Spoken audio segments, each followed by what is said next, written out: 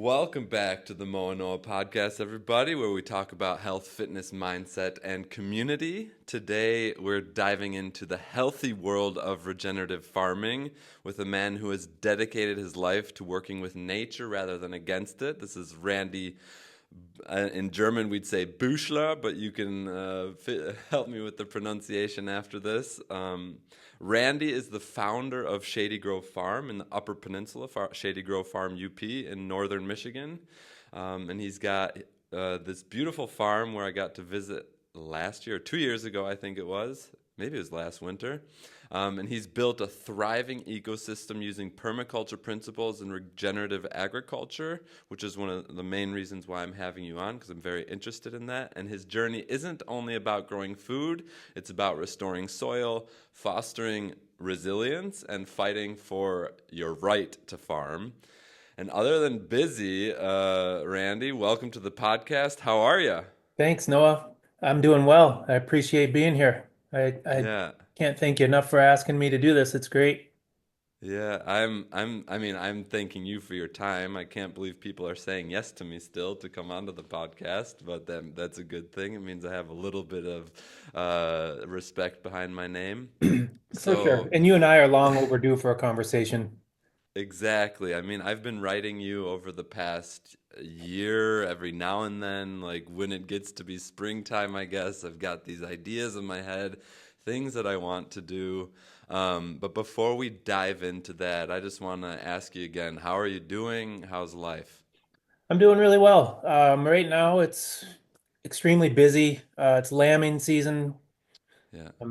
I've actually got some complications with a lamb right now I've been dealing with. Yeah, I saw that. Yeah. Yeah, so it's a challenging time of year when you're dealing with lambing and winter is still very much here and the Yeah. cold and the challenges that come with cold snow and having babies be born outside. Yeah. Preparing for 250 chicks to be arriving on the farm at the beginning of April. Uh, it's yeah, like and it's tax season, so Oh a lot God, of yeah. overwhelming things at once. And we don't have Yeah. employees or anything. It's just me and Yeah.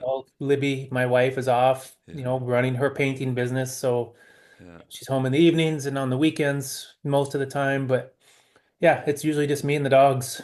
So it's a lot. Man, I think a lot of people like me who live in the big city dream of like this ideal life of being a farmer, but would you call yourself a farmer? Oh, definitely. Okay, I good. tell people if they grow one tomato plant on their porch to call themselves a farmer because it feels Okay. good. It damn feels good Yeah. because I mean, like we have this. I'm gonna say it from the city boy perspective again. We live in this big Berlin city, and when I think of like a farmer, I'm like, oh, he's outside. He gets to be in nature. He's working with animals. It seems like the ideal life. But once you get started, I feel like it's actually quite daunting. All of the things that you have, and I guess one of the main questions that I will want to get to is how do you deal with it? But before we get there, I want to talk just for a minute about what we did a year ago, and then we'll come back to the farm because that's the main reason why I want to have you on. Yeah, sure.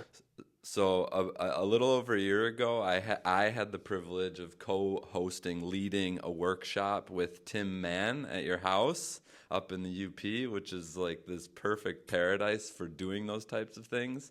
And it was a magical experience for me in many ways. One of them being I got to reconnect with Michigan. I've been away for now at that time 10 years, now 11 years, and it was really special to me, and I wanted to ask you, how the hell did you get into doing breath work and cold exposure and sauna, and like what sparked you down that path? So Libby had seen, well, I mean, we have a friend, Nick, who lives in California part-time working at Esalen, and then he's from Ann Arbor. But he had introduced us to the Wim Hof method uh, several years ago, and when he was up here visiting. So, being that our sauna is right next to the lake, it was, I want to say it was November at the time he was here. And so the water was really cold, but it wasn't frozen yet. So he introduced us to this, and we're taking sauna, and he's like, "So, what do you think? Let's do this. Let's go in the cold water." And he allowed us to change our perspective on in versus just taking a sauna and then going and jumping in cold water. It was do it with intention so that you Yeah. could go in and, it's not about a polar plunge. You're not just jumping in and getting out. So he helped us with our initial go in with intention. Let's try to stay in for a small period of time, and that was our introduction to it. And then a friend had told Libby about, hey, there's a guy coming to Marquette to host a Wim Hof workshop at the Superior Dome at Northern Michigan University. And that was Tim. And that was Tim. Yeah, Tim Yeah. Mann of Train the Brain LLC. And Yeah. Shout out to Tim. yeah, right. So anyway, Libby comes home one day and she's like, "Hey, I signed us up for this workshop." And I'm like, "What workshop?" And she's like, "It's a Wim Hof workshop." She said it's 4 hours long and we end with getting in ice water. And I was like, "What?" You know, okay, I guess let's do it. And so I had like mixed emotions about going to this really long workshop and then getting into a big thing of ice water. And but man, shortly after meeting Tim and starting the workshop, I'm like, okay, this is going to be really cool. And Yeah. it was like one of the probably how would I say it? It was completely the opposite of what I was expecting. I Okay. What were you expected expecting? I Yeah. was expecting to like just be bored and have this long drawn out like classroom time and stuff, before ending with 2 minutes in freezing cold water that was gonna suck. But right away when Tim started talking, I was like, all right, there's something about this guy, and then he told his personal story and his uh, traumatic accident that he had, and then immediately I had this connection with him that we had both been through some like life-changing trauma that uh, Yeah. steered him to that, which also brought me to him, Yeah. and it was pretty powerful. Yeah, that's amazing. And so you two decided then eventually to start doing regular stuff at your place, or So after the how did that happen? workshop, a handful of us were going out to dinner, and I was like, "Hey, man, why don't you come and eat dinner with us? We'd like to buy you dinner. We appreciate you coming up here and doing this." Yeah. And over dinner, I was like, "We've got a place, man, where we live on a lake that, we'd definitely be into hosting a workshop if you're into it." And he's like, "Oh, hell yeah," because he's got family in the UP and he loves being here. Yeah. And, the first workshop we did was actually, I think, in July of 2021 or two Yeah. and sold out. No problem. And then we How just kept doing crazy them. is that? Yeah. Um, but then we started doing And the how, winter workshops and but that surprisingly wasn't in those, winter? what's that?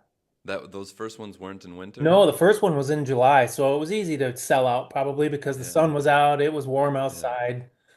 Yeah. And then we And were did you like, bring well, in ice then for the yeah, ice so we bath? had Yeah.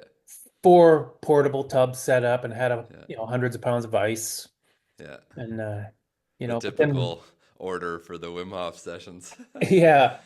But then we were like, this is silly, man. Let's do them in the winter. We've got a lake, we can cut a hole in the ice, and Yeah. then we started doing those, and the winter ones sold out surprisingly. We weren't sure how well received those would be, but the people were all about it. So it's been Well, fun. We've hosted hundreds of people through our home now with Tim doing it's the workshops. it's so amazing what that you're making it available up there because I mean, it's nature is there, the cold is there for what is it, 8 months out of the year? Like Yeah. you have long winters up there and And it goes hand maybe in hand with what we do here on the farm. yeah. Like instead of buying ice and using inflatable tubs, we're working with nature, right? Like so on one side of Amen. our house, we've got nature to provide cold water therapy, and on the other side of our house, we've got nature to help us have a food production system. So it all and both of those things bring people together, Yeah, so it's just fitting. exactly. And when you mentioned your trauma, you meant with your heart, right? Lots of Or trauma, among man. other Like things. I had a Yeah. spine injury in 2008 where I broke my spine at work. Um, and Yeah. that was Oh wow. followed by three legal battles, one of which was a workman's compensation lawsuit. Because I was permanently disabled from that injury, Yeah. and so I was fighting for Social Security disability, workman's comp, and then during that time is when we got a notification from our township to cease and desist our farming activity. So I ended up in three legal battles all at once while I was trying When to it get out rains, of. it pours, I guess, right? Yeah, it did, and so that was the beginning of a long period of trauma for me, where Yeah. I was in three legal battles, and then I got sick really bad with chronic Lyme disease. Yeah. Yeah. Boy.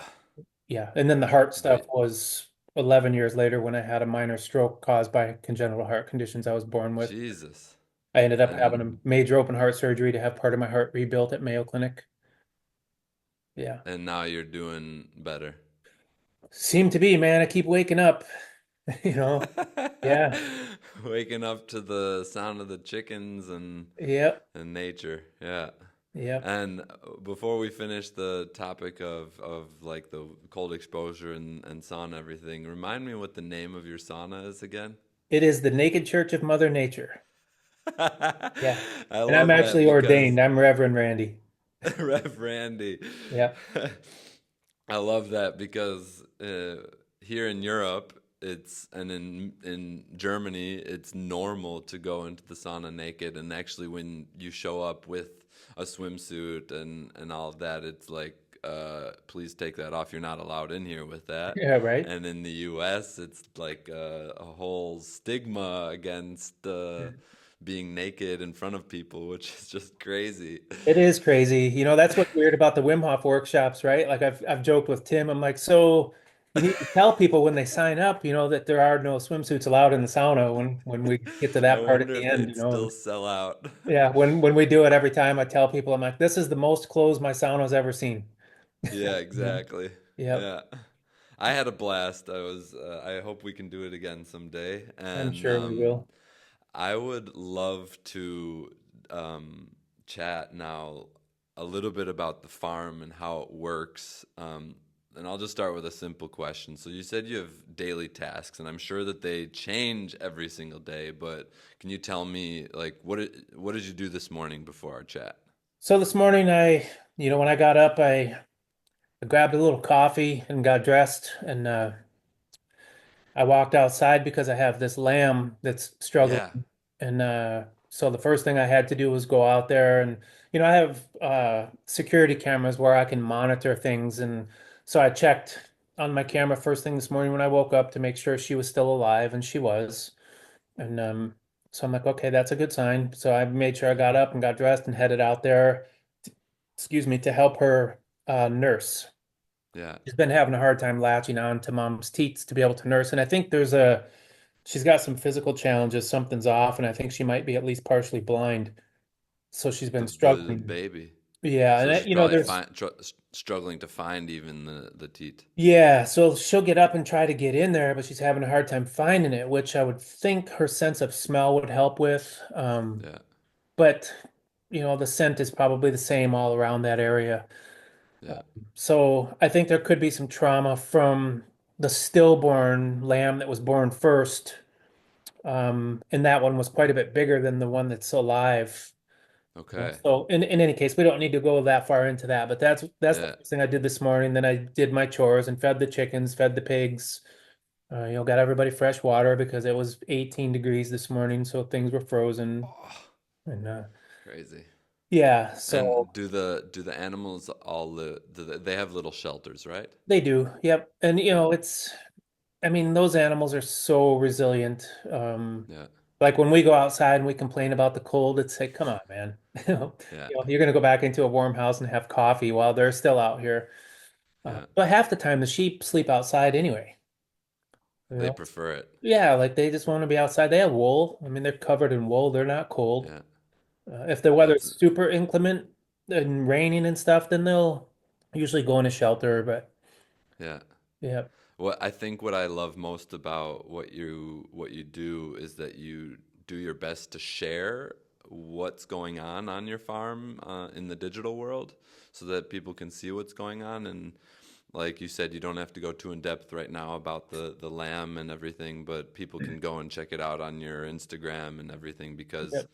I think it's really interesting to see how close you can get to these animals, and even with the knowledge that they're eventually going to be your sustenance and also to help make money and stuff. So I really look up to you for that. It's something that I wish or I hope to be able to experience myself eventually as well. Um, but can you break down how your farm is put together? Because I know part of permaculture and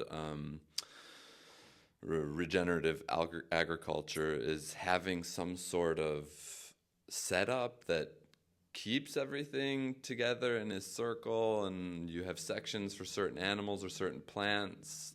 Can you make it dumb it down for me a little bit? Yeah, I mean it's, every operation is different, right? And it depends on size. Our property is only 6.5 acres, and we only utilize about 2 acres of our entire property for greenhouses, animals, outdoor grow areas, hugel culture mounds, which is mound culture, Uh-huh. where you're burying wood under soil and it creates a mound.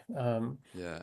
So we've got all these different aspects, with perennial plants, and then we have annual areas that we plant. And, it all started with a 30 by 30 garden. And then Really? after my spine injury, I'm like, okay, I'm not a pharmaceutical guy. I wasn't going to lay on the couch and watch TV on opioids. Yeah. So I said no to their painkillers, and like, I just need more to do. And so we just kept adding more things because it became my physical and mental therapy through all of that traumatic experience. And so our 30 by 30 garden now there's a 1,500 square foot greenhouse in that area with a perennial medicinal and tea garden on the north side of it, and then perennial strawberry plants next to that garden. And then we have a couple annual areas where I planted garlic this past fall. One section is And all flowers. and how do you pick what you're planting? We eat mostly a carnivore diet. Yeah. So now we've fine-tuned the things that will grow in the plant world. This year we're gonna transition to more cover crops and different types of crops that will be really good for soil regeneration and soil health, while at the same time I'll be able to cut it and feed it to the animals and use some of it in my composting process. Okay. Um, so that's one small section. Then you come across the driveway to the north side, and there's another greenhouse that's almost 1,500 square feet. And that one has a furnace and electricity in it. So, anything that needs a longer growing season where heat is required, we'll put it in that greenhouse. Like we'll usually put tomatoes in there. We move tomatoes Yeah. around. You don't plant things in the same areas all the time because it's not good for the soil. Um, Yeah. yeah, so and I, then when you move further away from the house and further away from the lake, that's where the livestock areas start. So I've got two chicken coops, one on either side of the driveway with two different flocks, which then, on the south side it connects to a small pig pen, which connects to the sheep pen, which connects to another pig pen, and wow. then a large fenced area for broiler chickens and turkeys if I do turkeys. So it's everything is integrated. It's all interconnected. And And that's my next question. Like you called it a closed system, which means everything that goes in and comes up stays in the system, and it's either used for composting or for the animals, and even sometimes parts of the animals are used for the compost as well, from what I saw on the internet yep. on your site. And so, I guess like for me, someone who I have my tomatoes, cucumbers, and eggplants, and a couple of things growing over. Like I just planted them as seeds so that they have the warmth of the apartment with some grow lights and some natural light as well. Um, but like, how did you did you have to? Where did you learn these things to know? Okay, this is what I should be growing. This is what I should transition to. All of that. Libby's the green thumb here. Like basically the plant lady. I'm the animal guy. Ah, But okay. we both participate in each other's areas a little bit, you know, like You support each other. she's the lead on the plant life, I'm the lead on the animal life. And Yeah, you know, and together it all just works. And but the reality of it is, I don't care how many books you read or yeah, whatever, those books are not written based on where you are and what your micro environment and little micro ecosystem is going to allow you to do. You know, so exactly. we started out by like, well, this is what so and so said in their books, or this is what so and so is doing at their place, so we should do these things too. Yeah. And our mindset initially was we wanted to be self-sufficient, which meant we had to do everything ourselves. We had to have bees, we had to do this, we had to do that. Um, and it didn't take long to realize, well, not all those things are going to work here. Yeah. So the things that weren't working well, we eliminated, and the things that were working well, we expanded. And then So it was a trial and error, yeah, slowly but surely, I would argue that is by far your best teacher and your best leader. if you're Um, able to listen, right? Like, so I feel like someone like not me per se, but I did last year, and I put everything out maybe a little bit too early. So maybe this is my learning. I put it outside a little bit too early. It just got destroyed by all the animals. yeah, It was the slugs, the little critters that love the fresh sprouts of everything, and it yep. was demolished. And I was like, okay, well, it's now May, and I have no seedlings. I have nothing. I give up this year. And so I just planted some beans and some things to try and get something to grow quickly and see if I could practice it. But it was like extremely demotivating. So I was like talking to a pro. Not a pro, but Well, a anyway, learning. You're a pro, but you're learning as you go. You're a humble pro, and that's also one of your strengths. And and I think that's probably why you're doing so well is because you're willing to learn and to listen to the land. And like, let's say someone has 30 by 30. Where could I start? Like, what could I start with? you know, it depends on, there's a lot of factors, man. Number one, it depends on what it is that you want as your yield at True. the end. Yeah. You know, like what is it that you're looking to produce for you and your family? Yeah. And what's your soil type? Like how healthy is your soil? How much sun are Yeah. you getting? Do you have any shade? You know, it's like So I guess I'll start with the first question. We've got good sun. How do I know my soil is healthy? get it tested somewhere. Uh, Ah, okay. So I could get it tested. yeah, and just to see where it's at. You know, another thing I tell people is no till is a very good practice because there's a lot of things in the soil, a lot of microbiology. There's mycelial colonies under there that we Yeah. can't see. And when Yeah. you're tilling, you're You're breaking it all disrupting apart. all kinds of things that took a long time to develop. Tilling means to circulate Like using a the soil. rototiller, a mechanized tool, right? Yeah. And they're great for breaking ground initially. Yeah. Once you've got it established, I recommend to not use them because what we can't see under the ground is basically it's like our microbiome in our guts as humans, right? Yeah. Everything is controlled by that. So the soil is the microbiome of your entire system. And as soon as you Wow. start disrupting that microbiome, your system has just lost some of its level of health, so to speak, Okay. or resiliency or immunity. So when you disrupt like the stuff in the soil that perhaps would prevent pests from getting to your plant, because your plant Right. is only as healthy as your soil. Yeah. So I consider myself a soil farmer. I'm not a plant farmer. I don't know a lot about plants. Um, Yeah, you focus on the health of your soil because that's where it's like basically saying, I'm going to start at my foundation and I'm going to make the foundation of my house as sturdy and beautiful, however I want it to be, so that when I make my house on top of that, I know it's going to work. Like exactly. there's basically nothing that can go wrong That's because the the perfect foundation is so analogy, strong. really, Yeah, is without a solid foundation, the rest is going to collapse or has the potential to. yeah, You know, so I focus a lot of my energy on soil and creating compost here.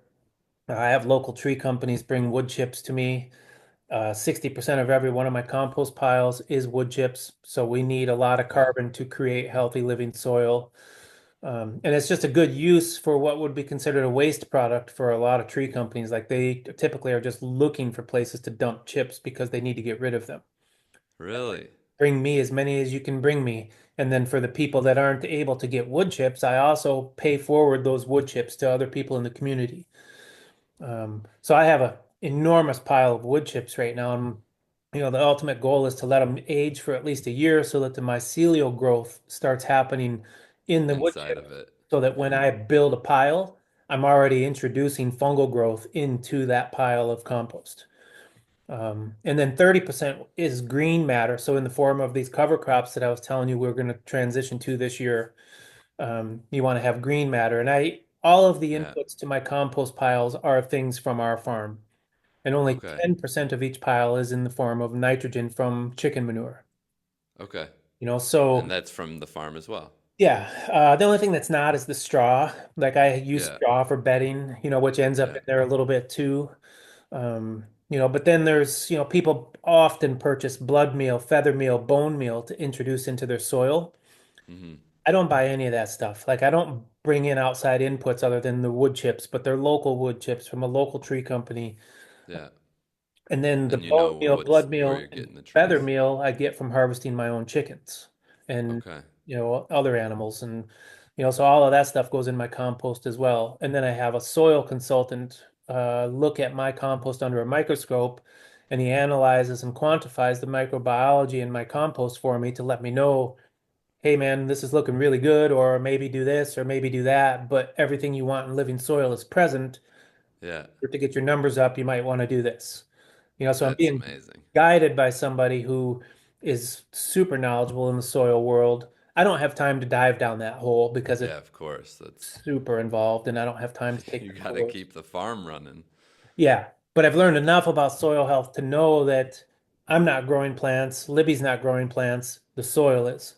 So if we Yeah. give the soil everything it needs, it will give the plants everything they need. That's I'm hoping to eventually learn a little bit more about that. And like you're saying in your garden, and Libby does a lot of it as well. So for me, someone who, like, I'd say my goal is to have, we don't eat we do eat meat, but we're not just on the carnivore diet. We eat a little bit of everything. I would like to be able to this year buy 60% less vegetables in the summertime from the grocery store so that I can have my salads and my greens from my garden. And like my question is that possible on 10 by 10, or how much 60%, land do I need? maybe not. I mean, it depends on how, I guess, what quantity you end up buying in the Yeah, summer yeah, total to begin with. But spinach is an easy one. yeah, Um, the thing with spinach is if it gets super hot, it'll bolt. Same with lettuce. yeah, But you can make little hoops, like using PVC pipe or metal rod or something, and make yeah. little hoops inside your garden that you can then put, shade cloth over. Ah, okay. Yeah, so there's ways to make your own shade and keep the temperature cooler for plants that are cold weather crops. And you Yeah. can also use row cover to keep pests off of your plants. What's that? It's like a white cloth that you can put over the top of all your greens and stuff, and then, pin it to the ground with little ground Yeah, staples, and then that'll prevent bugs and grasshoppers. It'll help minimize. yeah, It doesn't yeah. necessarily Does prevent. it also keep slugs off of it? It can. Yeah, Slugs are tough, but there's little traps you can use for slugs, like little like beer or something like that in a little cup, and they'll go yeah. up into that. Because last year was like the record wet summer of Germany, I guess, or Central Europe, and everybody, like, no matter who you talk to, if anyone had a garden, they were complaining about the slugs. And I'm like, well, slugs are part of the system as well. Like, how can we deal with them without, like, I was looking it up on the internet. There's different sprays and stuff that you can put. I'm like, but I don't want to go down that road. I want to try and stay natural. And my dad mentioned um, maybe it's like a white powder I could Diatomaceous earth. exactly, and he Yep. said you could put that on the soil on top, Yep. and it'll help a little bit, but I was Yeah, there's still like oyster shell and stuff in there, I believe, that makes it sharp. yeah. But you can But it also doesn't put, kill them, but it deters them a little bit. yeah, you could like break up eggshells and put it around the base of your plants because those are Ah. sharp.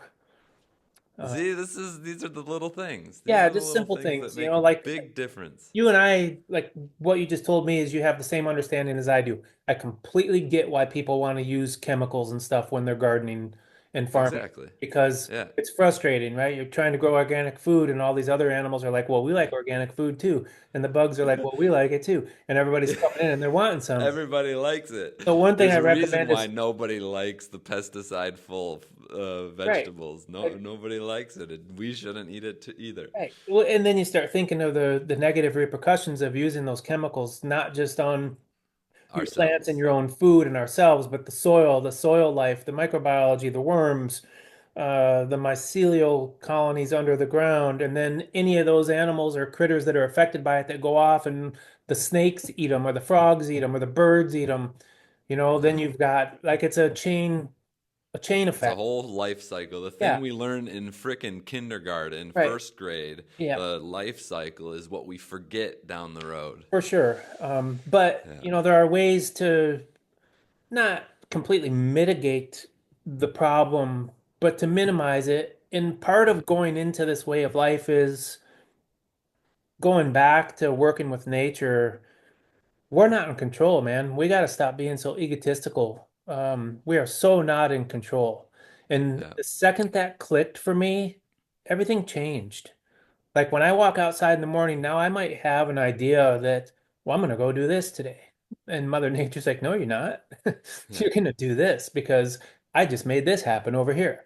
And then I'll Yeah. be steered, So I go out there with an awareness and just kind of look around and I do a walk around basically in the mornings and during the major growing season, spring, summer, fall, and just see what's going on because I might be completely steered in a different direction than what I thought.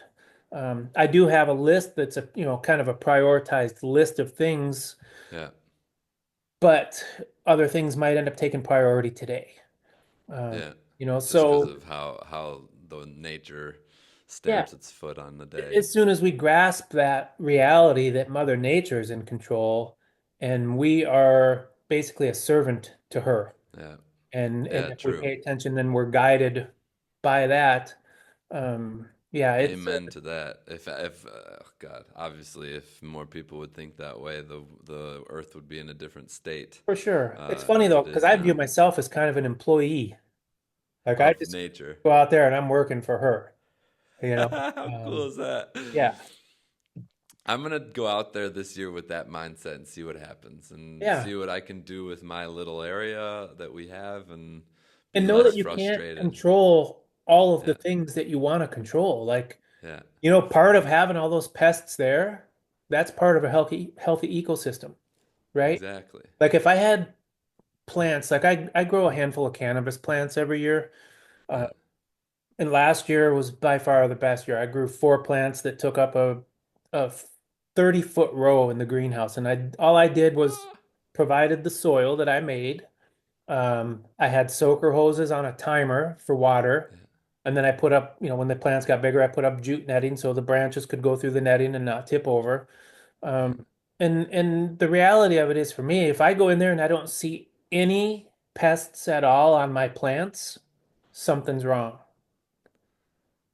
So I want to see some aphids and some pests on those plants because what's going to happen is that food source is going to bring in predator bugs and beneficial bugs. So it's Mm. integrated pest management, IPM.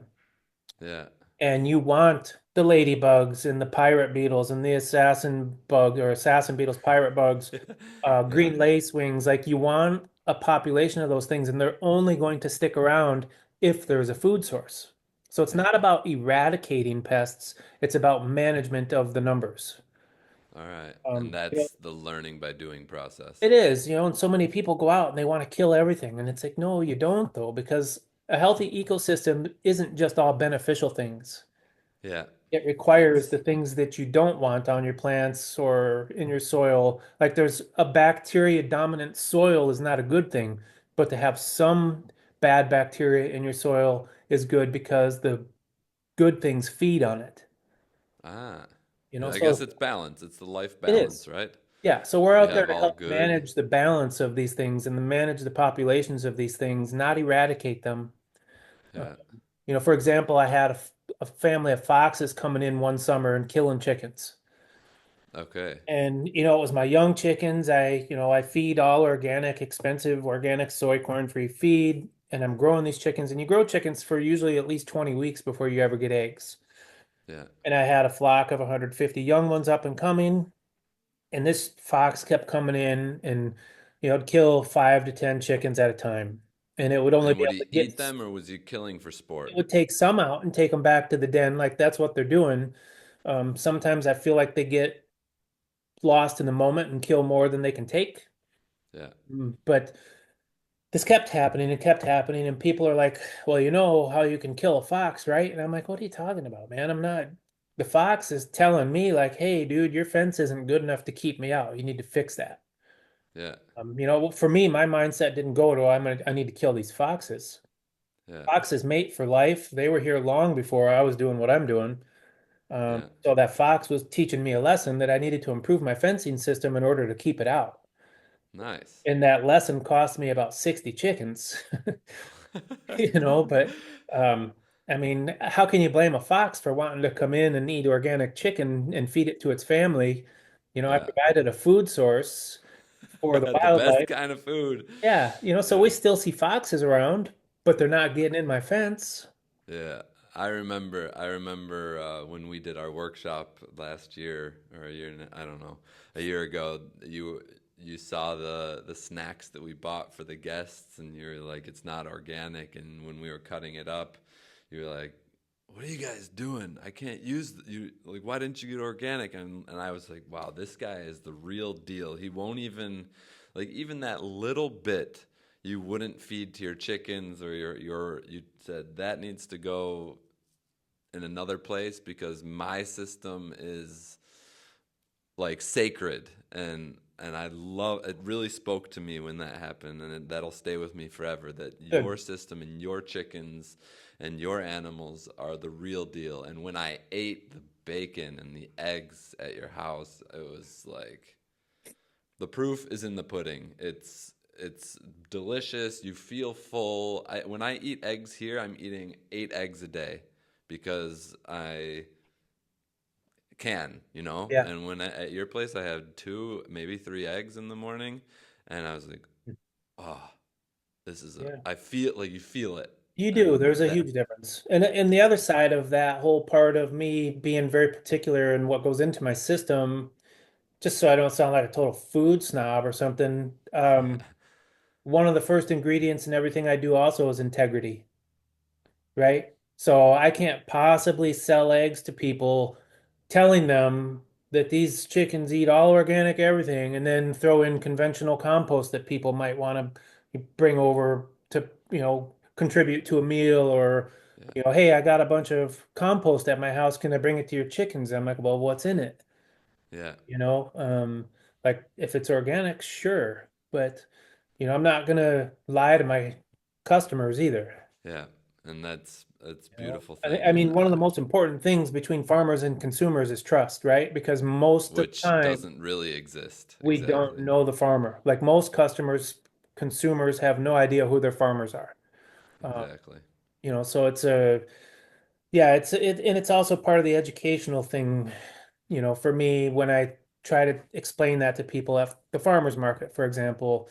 One of the most important things you can do is ask these questions to your farmer and then ask them if you can come and visit. And Mm, if a farmer is not open to a visit or if they hesitate on answers, then you have to question what they're really doing. yeah, Or if they don't want you to come and do a farm tour, then you really need to question it. Like I'm 100% transparent. I will let anybody come here and see it at a scheduled time. and I'll show them what I'm feeding and show them the entire system because I want people to know the truth about food. I mean, one of the main things I do as a farmer is try to teach people about healthy food and organic farming practices and permaculture and how to heal the land and working Yeah. with it and not against it. Do you still host workshops? Is that something you still have time for? Well, I host animal harvesting and processing workshops for sure. Like I try to teach people those skill sets because the more Yeah. people we have in our communities with the ability to complete the circle of life, not just grow and produce food, animals for food, but you also have to do the hard part at the end. Um, Yeah. the more people we have with those skill sets, the more resilient we become as a community. Yeah. Yeah, so I do that, and COVID kind of screwed up my run on, hosting field trips and stuff with school kids. Yeah. But Is that gonna start happening again soon, do you think? maybe, I don't know. Yeah. I'm at a point in my life where my focus has changed a little bit too, on Yeah. more on home life and family. And, our Yeah. daughter has moved out and she's a nurse down in Traverse City now. And it's just, I'm 55 years old and it's not that I won't continue to teach people stuff, but I don't know if I'll continue to host that many field trips or that many Yeah. people here because I want to enjoy my time too. Yeah, exactly. Yeah. That's true. And the Well, I reason hope that I that stay on social media is so that I can teach people via that route. yeah, and what you're doing there, like I said in the beginning of this podcast, is invaluable. It makes it shows exactly the hardships, the highs, the lows, the big things, the little things that happen on a what would be considered a smaller farm. Yep. And I really think that's beautiful. And one of the things I love, like I said this already, but the things I love the most is how you build your relationships with your animals and the sheep, and like you build trust, and they're basically part of your family. And that's it's such a because what I see on the internet and what you see in farming is just sad. Yep. It's Yep. gross. Well, and But I think do it's you important to share the hardships of it all with people too. of Like it's course. not all rainbows and lollipops. Like there's a lot of challenges and difficult times, like with this lamb, for example, and the mama. Yeah. I'm looking forward to building my sheep flock this year so that we have 6 to 8 lambs that I can grow for food. Um, Yeah. and when you have these things happen, it's the reality of it, and it's nothing that I did wrong. It's just part of what happens sometimes. And going back to the relationship with my animals, love and compassion are the first two ingredients in everything with the Yeah. integrity. Um, Yeah. and I build that trust with those animals and give them that life of love and compassion because I'm an animal rights person too, even though I eat them. People have a hard time with that. Yeah. But I am an animal rights person too, and they do have the right to live a life that's filled with love and compassion and peace and comfort and everything that they Exactly. need in an environment that's natural to them. These are Yeah. domesticated animals. They're not wild, so they need the things we provide to them, and in return, they provide to us. But Yes. without providing the love and compassion and the trust that I've created with these animals, I wouldn't be able to get this lamb nursing on that mom because the mom wouldn't stand there and allow me to do that. Exactly. But this morning she stood there, she moved her back leg for me. She knew her baby needed to eat. She knew I was there to help her, and she just Yeah. let me get the baby on the teat. And she stood there and she leaned down and she nudged her snout up against my cheek, as if like saying thanks. Um, Yeah. so I'm part of that system. Yeah. Of Um, course. like it's an interesting take. Like I try to not intervene as much as I can. The more hands off I am, the more natural it is. Yeah. But when I need to, the animals allow me to. Yeah, and that's an amazing thing, and it's funny that this popped into my head right now, as you said, even though you eat the animals and you work with the animals, you're an animal activist. I think that's the most animal activist you can be, right? We just watched because we're going on a trip this summer to Yellowstone, and Mm. we watched the series Yellowstone, Oh yeah. and we just spoiler alert for everybody out there, we got to the last season, and in this last season there was an animal rights activist that was like coming after them, and eventually she had to go to jail, and he brought her onto his farm to show her what he is doing with the animals and the land, because like what people make out as farmers and these monoculture massive things, that they're destroying the land. But if you a real farmer doing it the way you're doing it, you're actually the working with nature the most anyone ever could be, and you love the animals because they're your sustenance. Well, I'm providing the best life possible to these animals to where if they were at somebody else's farm, maybe that wouldn't be the case or whatever. But regardless, these animals are going to be produced for food. Um, Yeah, 0% vegan. yeah. So, one of the things about what I do is I get a lot of verbal attacks and abuse from people that are vegans and they claim to be Yeah, animal rights people who I would argue they don't know anything about animal rights or animal husbandry. yeah, They're regurgitating something they saw in a documentary or something. But yeah. I would sit down probably with 10 vegans, and I bet you 10 out of 10 of those vegans contribute to far more animal death than I do eating a carnivore diet.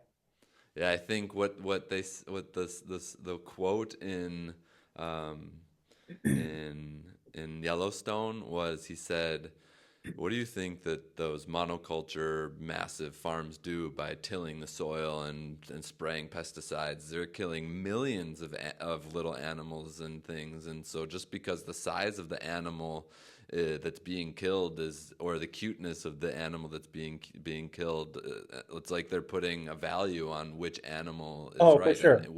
and what you're doing is actually valuing everything. I mean, you welcome the pests, which I think is insane, but obviously the way you say it makes so much sense. The more you fight it, unless you're using the hardcore things that are actually going to be poisoning yourself in the end, you need them to be a part of the You system. do. It make And Yeah, me showing you the shirt and talking about that, like it's not a slam on vegans at all. Libby and I were no, vegetarians for 12 years because we didn't know what we were eating in the meat world and we wanted to have more connection and knowledge to what that was. And in the meantime, we were eating processed vegetarian foods that we knew nothing about either.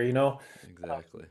But the going back to the valuing different forms of life, like the microbiology in the soil, it's the most important form of life that we can possibly ever have or contribute to for us to have a life on this planet.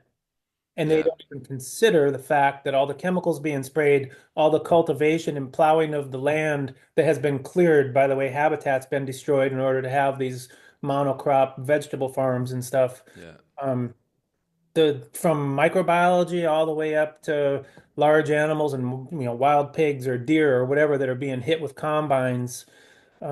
Those forms of yeah, life are not considered because they're not eating them, and it was not an exactly. intentional death. Well, I would argue that intentional deaths are far more respectable. Like I harvest my animals with intention every time. I burn sage. I have Native American flute music playing. It's a ceremony for me. And I get the whole, well, you're just betraying their trust and you're trying to justify murder. And it's like, well, no, that's not at all what Man, I'm I doing. can't even imagine the hate messages you get. It's just so crazy how people are so willing to judge before they know who you are Yeah. and know what you stand for and what you're doing. And that's one of the main problems, I guess, in the world today, is people are so quick to judge and say you're wrong because of a freaking Instagram reel that they Yeah. saw last week. And But I've invited some of those people here. I'm like, yeah, the first thing I want to do is invite you to come down and see what I do so yes, that you can make a fair judgment and a fair assessment of what I do. And I want to have the opportunity to show you why what I do is different than what you're yes, lumping me into. Because if I tell them, if you guys would join forces with the likes of me and farmers like me and a bunch of small farms, together we can combat the industrial farming and mass production of animal agriculture and monocrop agriculture. Because I'm going to argue we don't need industrial agriculture to feed the world, like so many people say. that was actually my next Um, question. what we Do do you need is a whole bunch of small farms in every community to feed our own. We need to focus on feeding our communities, not feeding the world, right? And if we Yeah. focus on feeding our communities, then the world gets fed. Yeah. I mean, to me, it's a think of Little House on the Prairie, for example, right? Like something like that. Like they didn't depend on communities in another country to feed them. They figured out how to do it. And granted, we have a lot more people now. I get that argument. Yeah. That means we have a lot more people that can learn how to grow food. Boom. So I'm happy to share what I know with people, and let's get more small farms in every community. And we need to work on policy as well because that's Yeah. very prohibitive in most places. Oh man, That's another thing that I do is if we I had work on another that side of hour, things. yeah. But yeah, we can do it, man. Yeah. If we had an hour, I'd love to talk to you about all the legal battles you've had of people trying to, or the government and the city trying to shut you down and all of that. But we don't have time for that right now. Just know people know that it's out there, and he's literally fighting, probably constantly, to keep your business and your life alive. Well, I'm And not fighting to what keep mine alive anymore. I'm fighting for other people's. nice. So yours is safe. Yeah, we're safe, for the time being. I'm Yeah. working with 4 or 5 other farms right now who are in the midst of really big legal They're the battles. big And battles. Yeah, I mean, here in the city, like you can't even imagine. I wanted to. There's trees outside. They have maybe 3 by 3, and then everything else is cement around it, and that's the only water it gets. And in the summertime, they barely get any water. And like I saw something online, like I could apply for money to um, help the trees and maybe even make them look nicer so that we don't have as much dog poop and garbage building up in these beds. And then I wrote a message to the government official that was responsible for it, and I said, this is what I want to do, this is how I want to do it. And he's like, well, you can't do this, you can't do that, you can't blah, blah, blah, blah, blah. And I'm like, well, what can we do? And right. I still haven't gotten an answer back. So basically he wants me to not do anything. It's just the policy guy showing that they want you to do something, but as soon as you start wanting to do something, you can't. And so Yeah. it's just a kind of like a,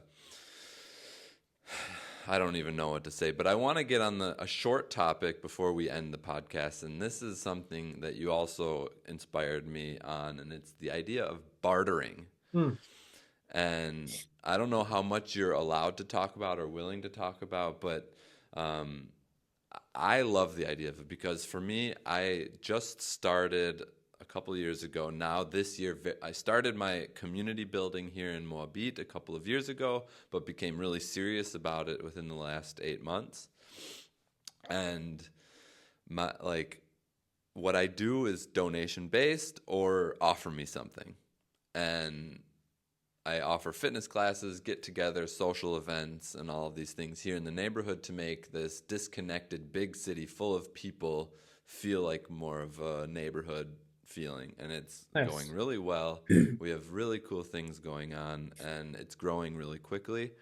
But I want to know, like, how the main thing you told me is I always want to make sure the other person feels like they've got more than they wanted.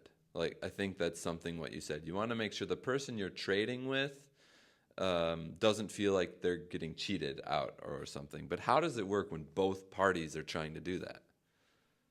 For me, I think the first thing we need to do is eliminate the monetary value of things Okay. because the value of a dozen eggs to me might be different than the value of a dozen eggs to you, Yeah. right? Like I have a lot of eggs. Um, but to you, you might be out of eggs, right? So Exactly. a dozen eggs to you and to feed your family right now might mean far more than the $10 retail price to you. Yeah. And therefore, you might be willing to contribute more than $10 of labor, say, in trade for those eggs. Okay. So the main thing for me is that both people walk away with a full heart Yeah. after the barter has been done. Or, I've bartered with our orthodontist for two pairs of braces for my children. We barter with the chiropractor. We barter with a massage person. Um, but then on a smaller scale, there are people that want some of my compost, but it's $75 a tractor scoop or $150 a cubic yard.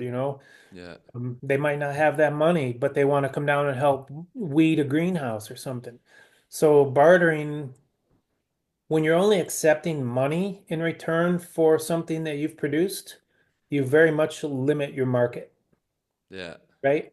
But aside from that, because we don't farm for money first, like money is our least concern, um, you don't just limit your market, you limit the availability of your goods to the entirety of your community.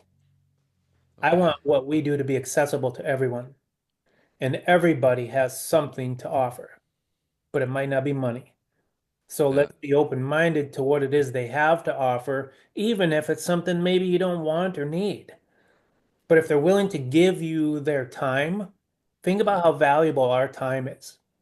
Time is everything. Like the one thing I've seen multiple times is, it's the one thing we have that we don't know how much we have left, right?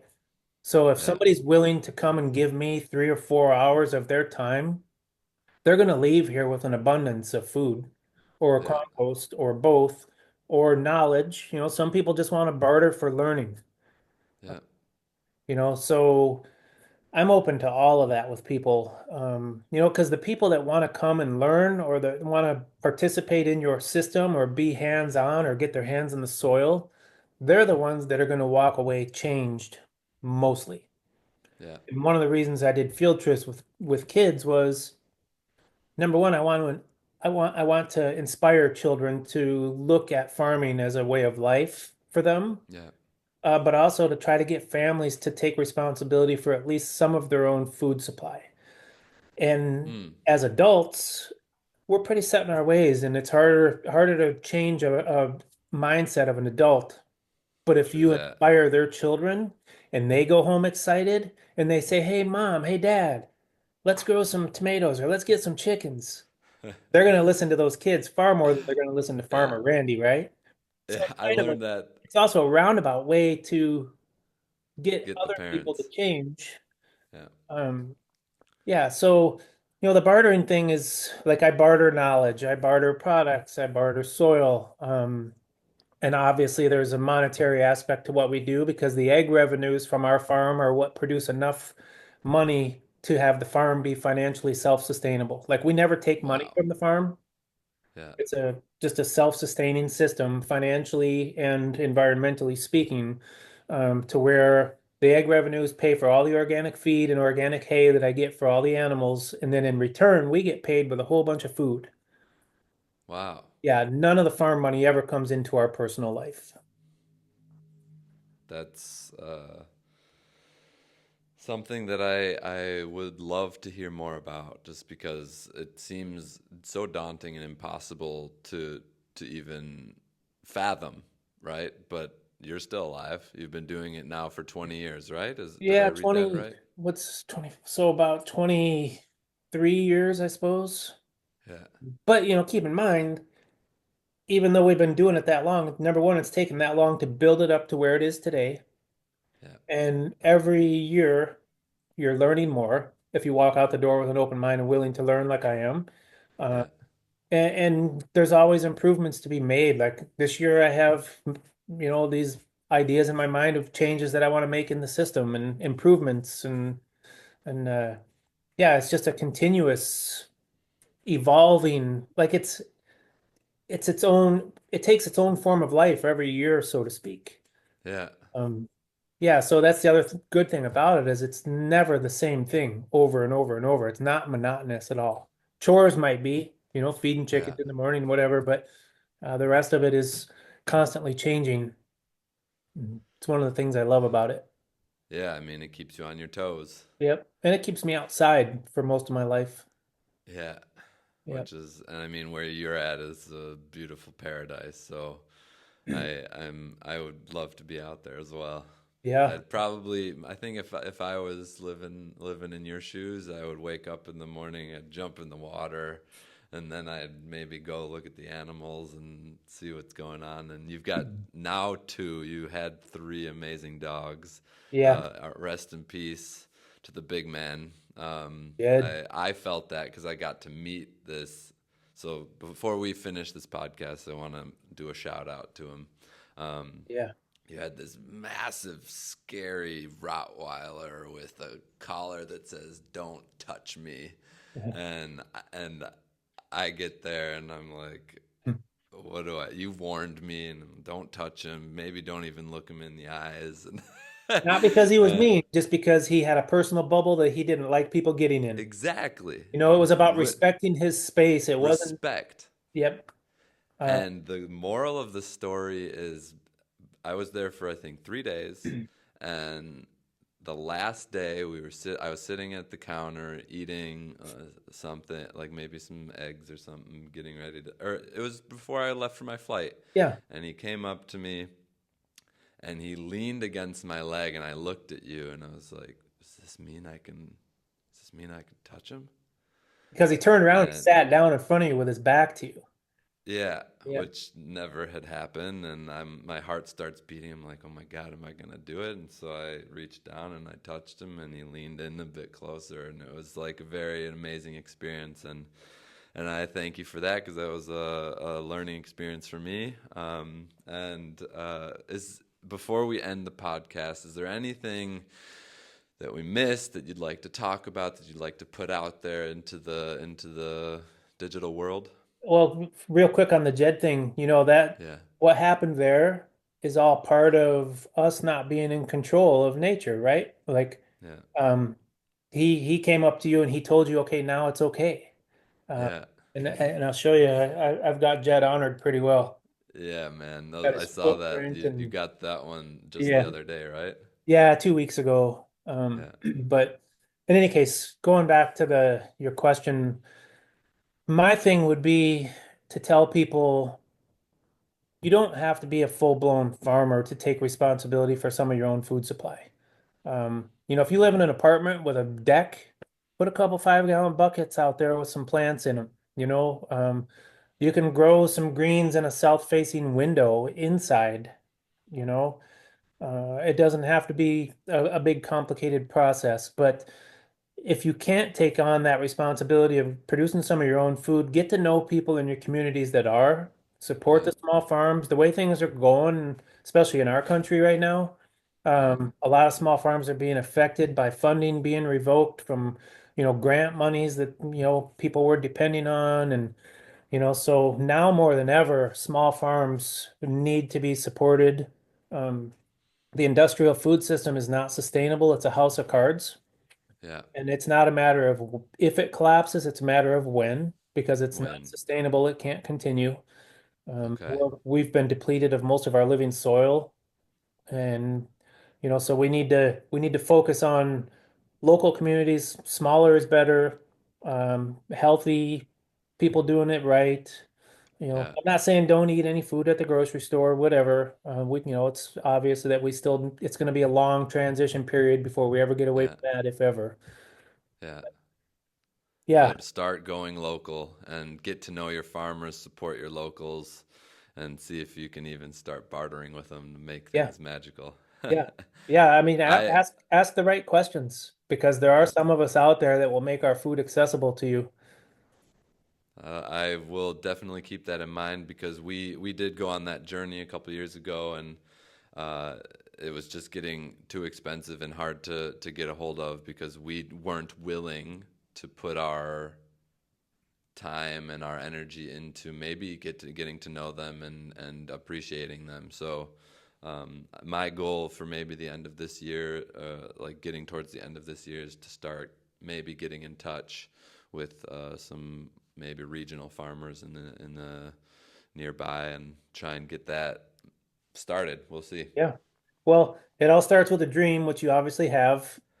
And I know you Yeah, have passion and drive, you yeah, know, so you'll eventually get to a point of, man, we're doing this. Like we're doing yeah. it. And it's Oh just my going to gosh. evolve into more and more. And then you can become a teaching person in your community to show people more, you know, like Yeah, It's the networking. I love the fact that you're in Germany and I'm here, and here we are talking about this, and the networking that happens, it may be on a global scale, but what you're going to take from this is going to affect your community. Exactly. Like that's what we need to focus on. Everybody's trying to change things from the top down right now. That's not how it's going to work. No, We've we got to do work it from the bottom up. internally here, build community, work together, support each other, ask how your neighbor's doing. I love that. Yeah. Well, Randy, thank you so much for your time. It was even longer than I expected, but I didn't want to interrupt any of those valuable points you were saying. So thank you for being on here, and thank you everybody for watching. If you want to Yeah. get in touch with Randy, I'll put his links in the description, his Instagram, and don't bother him too much. Give him his peace and quiet. But if you have something you really want to hear and see, then I'm sure his big heart will be willing to share it. It's okay if people reach out. It's not a bother. Just understand that it may take time to get a reply. Exactly. Yeah, All and they can right. go to my website too and learn more about the legalities. My website is strictly educational and informational. Yeah. Like we don't sell anything through our website. It's just to share information. Amazing. Well, you heard it from him. Thank you again. And I hope to talk to you again soon. Maybe Yeah. even see you. Thanks a ton for having me, Noah. I appreciate it, man. Bye. Bye, You Randy. will. Thanks, Bye, everybody. everybody. Amazing. Let me end this recording here.